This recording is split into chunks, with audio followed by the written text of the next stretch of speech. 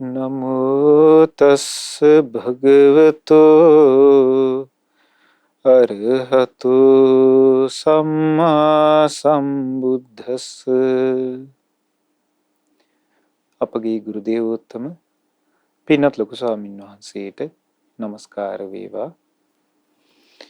ශ්‍රද්ධාවන්ත වාසනාවන්ත පින්වත්නි, අද දවසේත් ඔබ අපගේ භාග්‍යවත් අරහත් සම්මා සම්බුදුරජාණන් වහන්සේ උන්වහන්සේගේ සිරිමුව මඩලින් નિરાයාසයෙන් ගලා ගිය උදානයන් ඇතුළත් සූත්‍ර දේශනා දෙකක් ඉගෙන ගන්නටයි බලාපොරොත්තු වෙන්නේ.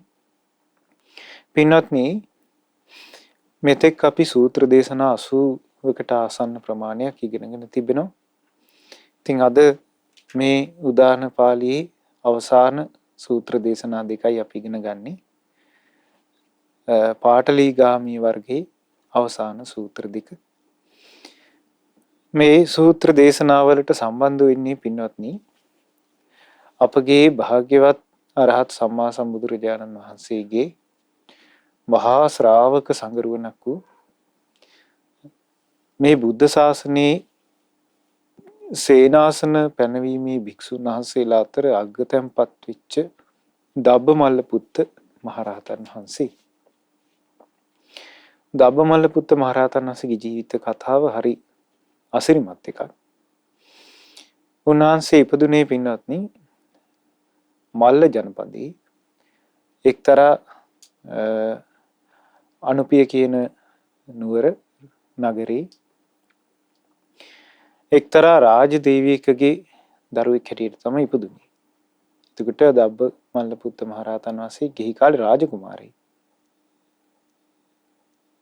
ඒ මව් කුසේ පිළිසිඳගෙන මව් කුස මෝරා යද්දී ඒ මව දරුවා කුසේ සිටිද්දීම කලුරිය කළා. ඊට පස්සේ ඒ රාජ පරම්පරාවේ මල්ල රජවරු කල්පනා කළා, එහෙනම් මේ ගර්භණී වෙච්ච මේ මාතාව මිය පරලෝ ගියා නම් කුසේ ඉන්න දරුවා ජීවත් වෙන්න විදිහක් නැහැ. ඒ නිසා කුසේ ඉන්න දරුවා අනිවාර්යෙන් මිය පරලෝ ගිහින් ඇති කියලා අදහසින් මවත් අර මව් දරු ගැබත් සමගම දරසෑයක තියලා ආදාහනය කළා. ඉතින් හරි පුදුමයි පින්වත්නි, මවගේ ශරීරේ දැවිලා යනවා. දරු ගැබ මෝරලා තිබිච්ච දරු ගැබ දැවෙන්නේ නැතුව ඒ දරු ගැබ මව් කුස පුපුරලා පැත්තකට විසි වෙනවා. විසි වෙලා තියෙන්නේ තනකුල ගොඩකට. ඒ නිසා තමයි නම වෙලා තියෙන්නේ දබ්බ කියලා. ඊට පස්සේ දැන් මේක හරි අద్භූත සිද්ධියක්. හරි අසිරිමත් සිද්ධියක්. ඒකට හේතුව පින්වත්නි, මේ බුදුරජාණන් වහන්සේගේ බුද්ධ ශාසනයක නිවන් අවබෝධ කිරීම පිණිස යම් ශ්‍රාවකෙක් ශ්‍රාවිකාවක් සසරේ පෙරම් පුරාගෙන එනවාද අරහත්ත්වයට පත්වීම පිණිස, ඒ ජීවිතයේ යම් විමුක්තිය සාක්ෂාත් කොට අරහත් ඵලයට පත් වෙනවාද, ඒ උත්තමයන් වහන්සේලාට කියන පච්චිම භවික කියලා. ඒ කියන්නේ මේ සසරේ අවසාන ජීවිතය ලැබෙන උත්තමයෝ. ඒ ආත්ම භාවයෙන් පස්සේ උන්වහන්සේලාට උපතක් නැහැ, පිරිනිවන් පානවා. පිරිනිවන් පාණ්ඩ සංස්කාර සකස් වෙලා පුණ්‍ය ශක්තිය මෝරලා උන්වහන්සේලාගේ පූරිත පාරමිතා ධර්ම ඇතුව ඉන්නවනම් උන්වහන්සේලාගේ ජීවිතයට අන්තරායක් වෙන්නේ අරහත්ත්වයට පත් නොවි. ඒ වගේ සිද්ධි කීපයක් තියෙනවා පින්වත්නි. ඔබට මතක ඇති අම්බපාලී රහත් තෙරණියගේ ජීවිතෙත් එහෙමයි. ඊළඟට මේ වගේ කුමාර කස්සප මහරහතන් වහන්සේගේ ජීවිතෙත් මට මතක හිටියේ ඒ වගේ. එතකොට මේ වගේ සිද්ධි කීපයක්ම මේ බුද්ධ ශාසනයේ තියෙනවා. ඊට පස්සේ දැන් ඔන්න අර රාජකුමාරයා ඉතුරු වුණා. මව කලුරිය කරලා මවගේ දරසෑයේ ඒ ශරීරය දැවුණා. ඊට පස්සේ දැන් මව් හැටියට කෙනෙක් නැති නිසා එයාගේ ආච්චි කෙනෙක් හිටියා, මිත්තණියක්. ඒ මිත්තණියට මේ කුමාරයා බාර දුන්නා. ඊට පස්සේ අවුරුදු 7ක් පමණ කාලය වෙනකොට බුදුරජාණන් වහන්සේ මල්ල ජනපදයේ චාරිකාවේ වඩිද්දී මේ දරුවා පැහැදිලා බුදු සසුනේ පැවිදි වෙන්න අවසර ඉල්ලුවා. ඊට පස්සේ පැවිදි වුණා. පැවිදි වෙන දවසේ පින්වත්නි අවුරුදු 7ක පුංචි දරුවා අවුරුදු 7ක චූටි දරුවා මේ හිස කෙස්වල පළවෙනි කෙස් වැටිය කපද්දී සෝතාපන්න ඵලයේ පිහිටියා. දෙවෙනි කෙස් වැටිය කපද්දී සකදාගාමී ඵලයේ පිහිටියා. තුන්වෙනි කෙස් වැටිය කපද්දී අනාගාමී ඵලයේ පිහිටියා. සම්පූර්ණ හිස බාල අවසන් වෙද්දී අරහත් ඵලයටපත් වුණා. එතකොට පින්වත්නි මේ ගිහි වස්ත්‍ර දරාගෙන හිටියේ කෙලෙස් සහිත කෙනෙක් හැටියටයි. මේ කසාවත දරා ගන්නට පෙර අරහත්ත්වයටපත් වෙච්ච උත්තම ශ්‍රාවක රහතන් වහන්සේ නමක් බවට පත් වෙන්න තරම් මේ දබ්බමල්ල පුත්තයන් වහන්සේ වාසනාවන්ත වුණා. උන්වහන්සේ කෙලෙස් සහිත කෙනෙක් හැටියට මේ සිවුරු පොරව ගත්තේ නැහැ. නික්ලේශී උත්තමයෙක් හැටියටයි සිවුරු පොරව ගත්තේ වයස අවුරුදු 7 දී පුංචි. ඊට පස්සේ දැන් උන්වහන්සේ වත් පිළිවෙත් ගරුකයි භික්ෂු සංඝයාට බොහෝම ප්‍රියමනාපයි. ඉතින් සසරේ ගොඩාක් පුණ්‍ය ධර්මයන් රැස් කරලා තිනවා. රජගහ නුවර වේළුවනාරාමේ බුදුරජාණන් වහන්සේ වැඩ සිටි කාලේ මේ දබ්බමල්ල පුත්තයන් වහන්සේ උන්වහන්සේ පැවිදි වෙද්දී තමයි දබ්බමල්ල පුත්ත කියන නම උන්වහන්සේට ලැබුණේ. එතකොට මේ දබ්බමල්ල පුත්ත රහතන් වහන්සේ බුදුරජාණන් වහන්සේගෙන් ඉල්ලා සිටියා ස්වාමීනි භාග්‍යතුන් වහන්සේ මම කැමති සංඝයාට සේනාසන පනවන්නට. කුටි සෙනසුන් පිළියෙල කරලා සංඝෝපස්ථානය කරන්නට. බුදුරජාණන් වහන්සේ මේ භික්ෂුගේ අතීත ජීවිත දකිනවා.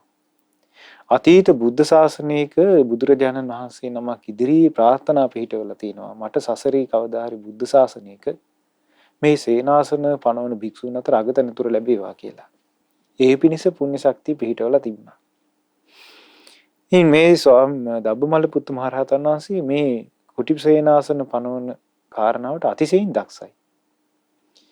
ඒ විස්තර හරි ලස්සනට තියෙනවා. දැන් අපි ගත්තොත් භික්ෂුන් වහන්සේලා අතරත් ඉන්නවා විවිධ ස්වරූපයෙන් යුතු ස්වභාවයෙන් යුතු භික්ෂුන් වහන්සේලා. සමහර භික්ෂුන් වහන්සේලා ඉන්න සූත්‍ර හදාරන්න හරි දක්ෂයි, ආසයි. ඒකට ඇලුම් කරනවා. එතකොට මේ සූත්‍ර අධ්‍යයනය කරන භික්ෂුන් වහන්සේලාව එක ළඟ කුටි වලට උන්වහන්සේ යොමු කරන කුටි පනවලා දෙනවා. විනය හදාරන දක්ෂ භික්ෂුන් වහන්සේලා ඉන්න විනයධාරී. එතකොට මේ විනය හදාරන භික්ෂුන් වහන්සේලා ළඟ කුටි වලට සකස් කරලා උන්වහන්සේ පනවනවා. ඊළඟට සමහර භික්ෂුන් වහන්සේලා ඉන්න සූත්‍ර විනය හදාරන්නේ දෙතිස් කතාවෙන් අල්ලාපසල්ලාපේ දීමින් ජීවත් වෙනවා. හැබැයි උන්වහන්සේ හිත අපහදව ගන්නෑ. මම රහතන් වහන්සේ නමක් මේ හැට කුටි පනවන්න හොඳ නැහැ කියලා හිතන්නේ. ඒ රහතන් වහන්සේලාගේ තිබිච්ච නිහතමානීකම හරි පුදුමයි. ඉතින් ඒ රහතන් වහන්සේ ඒ තිරස්චීන කතාවෙන් වික්ෂුන් වහන්සේලාද උන්වහන්සේලාටත් එකම පළාතක කුටි පනවලා දෙනවා. එතකොට දැන් මේක උන්වහන්සේ හරි අපූර්ව ක්‍රමයකට කරලා තියෙන්නේ.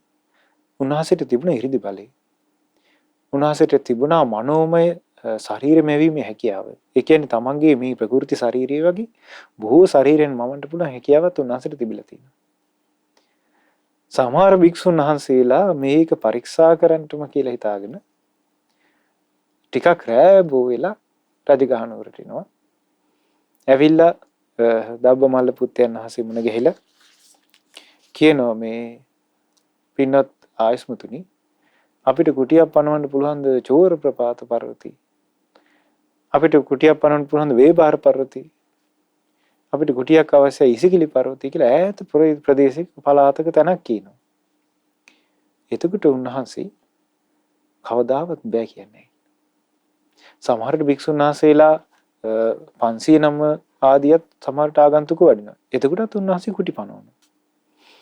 ඒක කරන්නේ පින්නත් මෙහෙම කියනවා. දැන් සමහර විට භික්ෂුන් වහන්සේලා බොහෝ පිරිසක් වැඩිහාම උන්වහන්සේලා සියලුම නමට ඒ හැම ස්වාමීන් වහන්සේ නමකටම කුටියක් පනවන උන්වහන්සේ මනෝමය 이르දියෙන් මනෝමය කයක් මවා ගන්නවා කියන්නේ.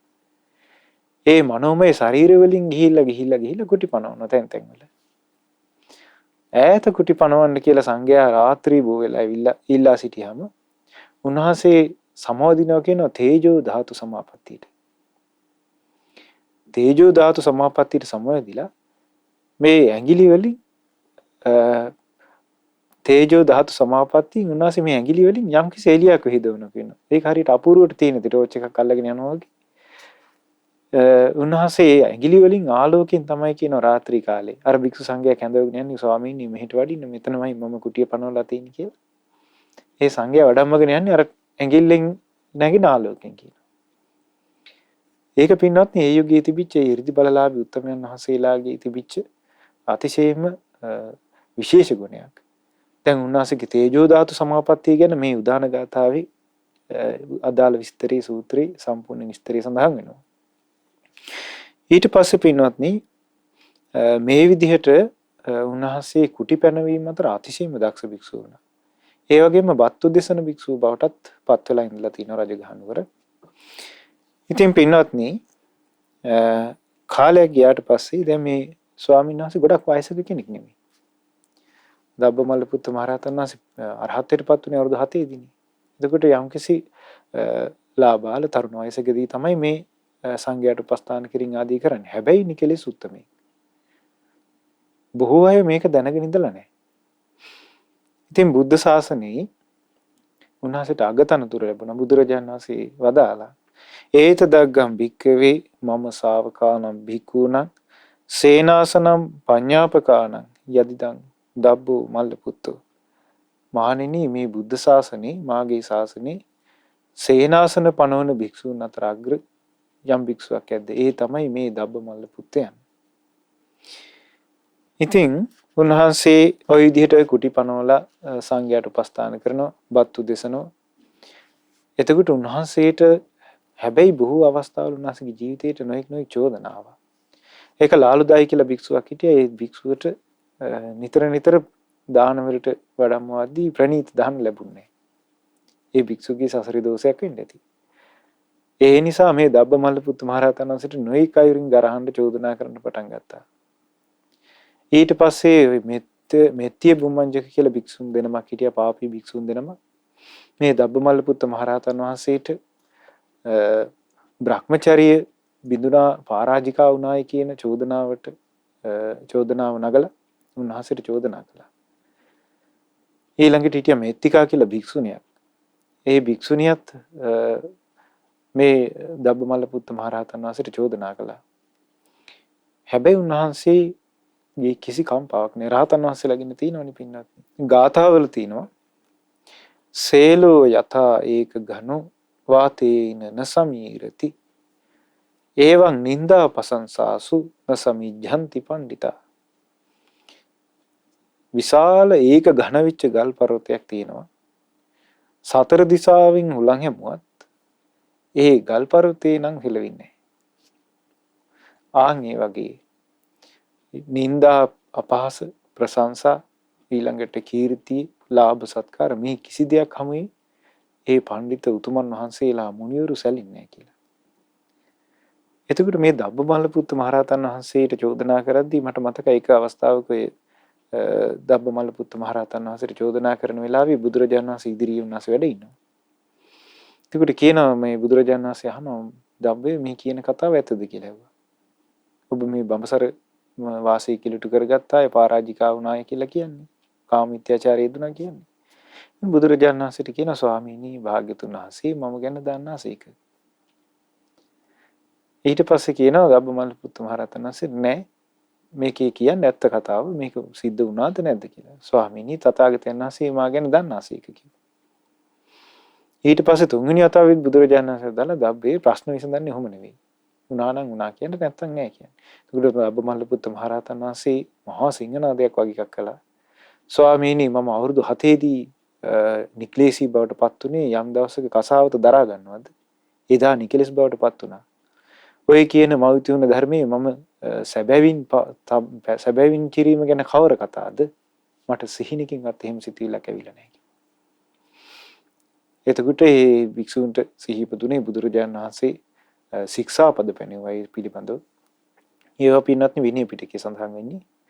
එතකොට මේ දබ්බමල්ල පුත් මහරහතන් වහන්සේට ඔය වගේ නොඑක් වාරවල චෝදනාව මට මතකෙට ලිච්ඡවීන්ගෙන් යම් චෝදනාවක් දබ්බමල්ල පුත් මහරහතන් වහන්සේට ආපු විස්තරයක් ධර්මයේ තියෙනවා. ඒකට හේතුණා කියන්නේ පින්වත්නි අතීත සසරේ බුද්ධ ශාසනයක බොහෝ ඈත අතීතේ අවුරුදු ලක්ෂ ගානකට අවුරුදු කෝටි ගානකට ප්‍රකෝටි ගානකට කලින් බුද්ධ ශාසනයකදී එක්තරා රහතන් වහන්සේ නමකට ගරහලා ආර්ය උපවාදයක් සිද්ධ වෙලා තියෙනවා. ඒකේ අවශේෂ විපාකයක් හැටියට කියනවා මේ අවසානයේ පිරිනිවන් පාන ජීවිතය දක්වා ඇවිල්ලා. එදත් උන්වහන්සේට නින්දාපාස විඳින්න සිද්ධ වුණේ. එතකොට පින්නත් මේ සසර කියන්නේ හරි පුදුම එකක්. කල්ප ලක්ෂ ගාණක් පෙරම් පුරාගෙන ඇවිල්ලා තිනවා මේ බුද්ධ ශාසනයේ 80 මහා ශ්‍රාවකයන් අතරට ඇතුළත් වෙලා උන්වහන්සේ මහා ශ්‍රාවකයෙක් බවට පත් වෙන්න. බුද්ධ ශාසනයේ භාග්‍යතුන් වහන්සේ ඉදිරියේම අගතනතුරු ලබන්නට. ඒ වගේම මේ කසාවත දරා ගනිද්දී මේ කෙසරවුල් බාල අවසන් වෙද්දී අරහත්ත්වයට පත් වෙන්න තරම් පුණ්‍ය ශක්තිය තිබිච්ච උත්තමයන්ට සසරේ වැරදිලා තිනවා. මේ වගේ කර්ම විපාක සසරේ ඇවිල්ලා තිනවා. ඒ නිසා පින්වත්නි මේ සසර කියන්නේ හරීම භයානක අනතුරුදායක දුර්භාග්‍ය සම්පන්න එකක්. මේ සසරේ කිසි කෙනෙකුට සාධාරණයක් ඉෂ්ට වෙන්නේ නැහැ. කොයිතරම් හොඳට පෙරම් පුරාගෙන යන පින්දාම් රැස් කරන කෙනෙකුට උනත් ජීවිතේ පුංචි හරි වැරද්දක් වුණාම ඒ වැරද්දේ කර්ම විපාක එනවා. ඒකෙන් පණින්න බෑ. ඒ නිසා පින්වත්නි මේ බුදුරජාණන් වහන්සේ වදාළ ධර්මයේම තමයි අපිට පිහිට පිළිසරණ හැටියට අපි තියාගන්න ඕනේ. එතකොට මේ දබ්බමල්ල පුත්ත මහරහතන් වහන්සේගේ ජීවිතේ යම්කිසි විදිහකට කෙටියෙන් මම විස්තර කළේ. ඉතින් උන්වහන්සේ මේ බුද්ධ ශාසනයේ මහා ශ්‍රාවකෙක් හැටියට වැඩ හිටියා. මේ සූත්‍ර දේශනාවේ සඳහන් වෙන්නේ පින්වත්නි උන්වහන්සේගේ ජීවිතයේ අවසාන අවස්ථාව, අවසාන අවධිය. එදා දබ්බමල්ල පුත්ත තෙරුන් භාග්‍යතුන් වහන්සේ ළඟට වැඩියා. වැඩම කරලා භාග්‍යතුන් වහන්සේට වන්දනා කළා. පැත්තකින් වාඩි වුණා. පැත්තකින් වාඩි වෙච්ච දබ්බමල්ල පුත්තයන් වහන්සේ බුදුරජාණන් වහන්සේට මෙහෙම කිව්වා. ස්වාමීනි භාග්‍යතුන් වහන්සේ මට පිරිනිවන් පාන්නට කාලය ඇවිල්ලා. ස්වාමීනි සුගතයන් වහන්සේ මට පිරිනිවන් පාන්නට කාලය පැමිණිලා. එතකොට බුදුරජාණන් වහන්සේ වදාලා දබ්බය ඔබට යම් දෙයකට සුදුසුයි කියලා දැනගත්තා නම් ඒක කරන්න කිව්වා. ඒ කාලේ හරි කිව්වා. ඊට පස්සේ දබ්බමල්ල පුත්ත මහරහතන් වහන්සේ තමන් ඉඳගෙන සිටි ආසනෙන් නැගිට්ටා. බුදුරජාණන් වහන්සේට වන්දනා කළා. බුදුරජාණන් වහන්සේ වටා ප්‍රදක්ෂිනා කළා. එතනම අහසට පැන නැග්ගා. පැන නැගලා පළඟක් බැඳගෙන ආකාශයේ වැඩ ඉන්නවා. එහෙම ආකාශයේ වැඩ ඉඳලා උන්වහන්සේ එතනම සමාපatti සුවයෙන් වැඩ ඉඳිමින් තේජෝ ධාතු සමාපත්තියට සමවැදුණා. තේජෝ ධාතු සමාපත්තියට සමවැදිලා ඒ තේජෝ ධාතු සමාපත්තිය නැගී සිටිනවත් සමගම ආකාශයේ පළඟක් බැඳගෙන සිටීමෙන් උන්වහන්සේ පිරිනිවන් පෑවේ. මේක හරි අපූර්ව සිද්ධියක්. බුද්ධ ශාසනයේ බහුල වශයෙන් මේ වගේ විස්තර දැනගන්න නැහැ. ඉතින් පින්වත්නි මේ වෙලාවේ උන්වහන්සේ පිරිනිවන් පාවදාලට පසුව ඒ ශරීරයේ එහෙම ආකාශයේදීම ගිනි දැල්ුණා. ගිනි ඇවිලිලා අවසන් වෙද්දී ගිනි ඇවිලිලා අවසන් වෙන ශරීරයේ දබ්බමල්ල පුත්ත මහරහතන් වහන්සේගේ ශරීරයේ අලුවත් දැලිවත් ඉතිරි වුණේ නැහැ කියනවා. හරියට එතන ගිතෙල් පිලිස්සිච්ච තැනක් වගේ කියනවා. ඊළඟට තලතෙල් පිලිස්සිච්ච තැනක් වගේ කියනවා. එතන අලුවත් දැලිවත් ඉතිරි වුණේ නැහැ කියනවා. එතකොට ආකාශයේ පළඟක් බැඳගෙන සිටීමෙන් ගිනි දැල්වී තියෙන ඒ ශ්‍රී දේහය දකිද්දී අපගේ භාග්‍යතුන් වහන්සේගේ මුවින් මෙන්න මේ උදාන ගාථාව નિરાයාසයෙන් ගලා ගියා. අබින්දිකායෝ නිරෝධි සංඥා වේදනා සීති භාවින් සුසබ්බා වූප සමින් සුසංඛාරා විඥානං අත්ථංගමාති. ඒ තමයි කය බිඳිලා ගියාට පස්සේ ඒ ශරීරයේ අබින්දිකාය කය බිඳිලා ගියා. ඊළඟට නිරෝධි සංඥාව නිරුද්ධ වෙලා ගියා. හැම විඳීමක්ම සිහිල් වෙලා ගියා. සංස්කාර සංසිඳිලා ගියා. විඥානේ නොපෙනී ගියා. බුදුරජාණන් වහන්සේ මේ ගාථා රත්නේ උන්වහන්සේගේ මුවින් වදාලා. ඊළඟට පින්වත්නි ဒ ුතිය දබ්බ සූත්‍රයේත් සඳහන් වෙන්නේ ඒ විස්තරයමයි.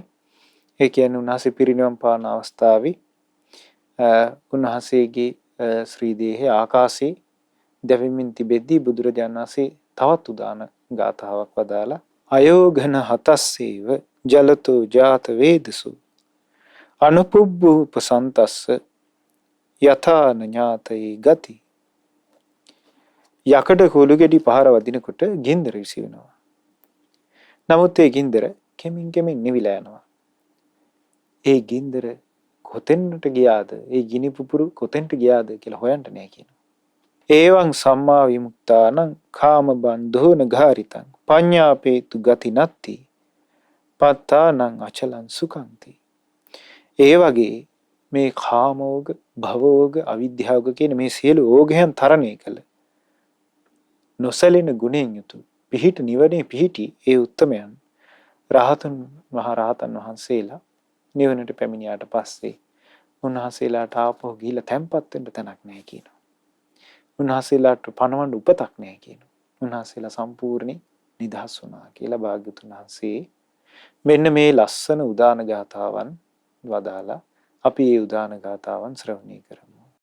අභේදිකායෝ නිරෝධි සංඥා වේදනාසීති භවින්සු සබ්බා උපසමින්සු සංඛාරා විඤ්ඤාණං අත්තමගමාති. සාදු සාදු සාදු. අයෝඝන හතස්සේව ජලතු ජාත වේදසු අනුපුබ්බූපසන්තස්ස යථාන ඥායතේ ගති. ඒවං සම්මා විමුක්තානං කාම බන්ධෝන ගාරිනං පඤ්ඤාපේතුං ගති නත්ති පත්තානං අචලං සුඛං තී. සාදු සාදු සාදු. අපගේ භාග්‍යවත් අරහත් සම්මා සම්බුදුරජාණන් වහන්සේට අපගේ নমස්කාරය වේවා. සාදු සාදු සාදු. ඒ බුදුරජාණන් වහන්සේගේ මහා ශ්‍රාවක සංගරුවනක් වූ දබ්බමල්ල පුත්ත මහරහතන් වහන්සේටද අපගේ নমස්කාරය වේවා. සාදු සාදු සාදු. පින්වත්නි, අපි අද ඉගෙන ගත්තේ පඨම දබ්බ සූත්‍රයත් ද්විතීය දබ්බ සූත්‍රයත් කියන සූත්‍ර දේශනා දෙකේ ඇතුළත් උදාන ගාථාවන්. ඉතින් පින්වත්නි, මේ උදාන ගාථාවන් දෙකත් ඇතුළුව උදාන පාළියේ සම්පූර්ණයෙන්ම සූත්‍ර දේශනා 80ක් අපි දැන් ඉගෙනගෙන අවසానයි. ඉතින් අද මේ වැඩසටහනේ උදාන ගාථාවන් ඇතුළත් දේශනාවල අන්තිම උදානියත් අපි ඉගෙන ගත්තා. පින්වත්නි, අපි අද දවසේ උදාන පාළි සදහම් දේශනාවෙන් රැස් කළ සීල පුණ්‍ය ධර්මයන් පළමු කොට පින් කැමැති සියලු දෙවියන්ට අනුමෝදන් කරමු. සියලු දෙවියෝ මේ පින් අනුමෝදන් වෙත්වා අනුමෝදන් වෙත්වා. දෙවියන්ගේ දිව්‍ය රැකවරණයත් ආරක්ෂාවත් ඔබ අප සෑම සියලු දෙනාට සැලසේවා. ඒ වගේම ධර්ම දානයේ දායකත්වයේ දරන සියලු දෙනාට සැලසේවා. දෙවියන්ට ධර්ම අවබෝධයෙන් සැනසීම පිණිස මේ රැස් කළ සීල පින් උපකාර වෙත්වා. අද දින උදාන පාළි සදහම් දේශනාව සඳහා අනුග්‍රහය දරන්නේ 2014 පෙබරවාරි මාස 11 වන දින මිය පරලෝකීය තිමුතු දර්ශන හතරසිංහ පුතුණුවන්ට පින් අනුමෝදන් කිරීම පිණිස ඇරේපෝරුව කොළොන්න පදිංචි පින්වත් රූපසේන මහත්මයා ඇතුළු පවුලේ සියලු දෙනා විසින් තින් අප රැස් කළ සියලු පුණ්‍ය ධර්මයෝ 2014 පෙබරවාරි මාස 11 වන දින මිය පරලෝකීය දිමුතු දර්ශන හතරසිංහ පුතුණුවන්ට අනුමෝදන් වෙත්වා අනුමෝදන් වෙත්වා. ඒ පුතුණුවන්ගේ පරලෝ ජීවිතයේ සපවත් භාවයට පත්වෙත්වා සුවපත් භාවයට පත්වෙත්වා. නුදුරු භවයකදීම සසර දුකෙන් අත මිදීම පිණිස මේ ධර්ම දානමය පුණ්‍යානුභාවයේ එකසේ උපකාර වෙත්වා. මිය පරලෝකීය එම්.කේ. මැදකන්ද පියාණන්ට, ඇලිස් නෝනා මෑණියන්ට, සලමන් පියාණන්ට, සීලා ලියනගේ මෑණියන්ට කේස් 4 සිංහ පියාණන්ට සහ එම මහත්මියට මේ පින් අනුමෝදන් වෙත්වා. ඒ නම් සඳහන් කළ මිය පරලෝකීය සියලු ඥාතීන්ට මේ පින් අයිති වේවා. ඒ ඥාතීන්ගේ පරලෝක ජීවිත සපවත් භාවයට පත්වෙත්වා. සුවපත් භාවයට පත්වෙත්වා. ඒ සියලු දෙනාටත් සසර දුකින් අත මිදීමේ වාග්ය වාසනාව උදා වෙත්වා. ඒ වගේම දායකත්වයේ දරූ පින්නතුන්ගේ ඒ සියලු ඥාතිත මිත්‍රාදීන්ට මේ පින් අයිති වේවා. එච් රූපසේන මහත්මයා ඇතුළු පවුලේ සියලු දෙනාට මේ පින් අනුමෝදන් වෙත්වා. ඒ හැම දෙනා නිදුක් වෙත්වා, නිරෝගී වෙත්වා, සුවපත් වෙත්වා, සුවපත් වෙත්වා.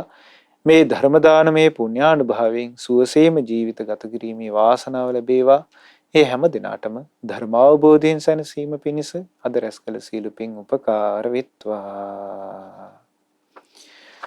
රැස් කළ සියලු පුණ්‍ය ධර්මයන් ඔබ අපගේ ගුරු දේවෝත්තම පින්වත් ලොකු ස්වාමීන් වහන්සේට මේ පින් අයිති වේවා. පින්වත් ලොකු ස්වාමීන් වහන්සේ නිදුක් වෙත්වා, නිරෝගී වෙත්වා, සුවපත් වෙත්වා, දීර්ඝායු සැප ලබත්වා. ධර්ම අවබෝධයෙන් සැනසීම පිණිසම අප රැස් කළ සීල පින් උපකාර වෙත්වා. ඒ වගේම රැස් කළ සියලු පුණ්‍ය ධර්මයන් සියලු පින්වත් ස්වාමින් වහන්සේලාට අනගාരികා මෑණියන් වහන්සේලාට අයිති වේවා. ධර්ම අවබෝධයෙන් සැනසීමට මේ පින් හේතු වේවා. අද දවසේ ධර්ම දේශනාව ශ්‍රවණය කළ ඔබ හැම දිනාටත් ශ්‍රද්ධා මාසික ධර්ම දාන සමාජික සියලු දෙනාට ශ්‍රද්ධා රූප ዋහිනී කාර්ය මණ්ඩලයේ හැම දිනාටත් ඒ වගේම ලංකාවාසී ලෝවාසී ඔබ සියලු දෙනාටත් මේ පින් අයිති වේවා. සියලු දෙනා නිදුක් වෙත්වා, නිරෝගී වෙත්වා, සුවපත් වෙත්වා, දීර්ඝායු සැප ලබත්වා. ධර්ම අවබෝධයෙන් සැනසීම පිණිස මේ රැස් කළ සීල පින් උපකාර වෙත්වා. හැම දිනාටම තෙරුවන් සරණයි. නමෝ බුද්ධාය. මෙවැනි වටිනා ධර්ම දේශනා ශ්‍රවණය කිරීමට ශ්‍රද්ධා ඩේලි YouTube චැනලය සබස්ක්‍රයිබ් කරන්න.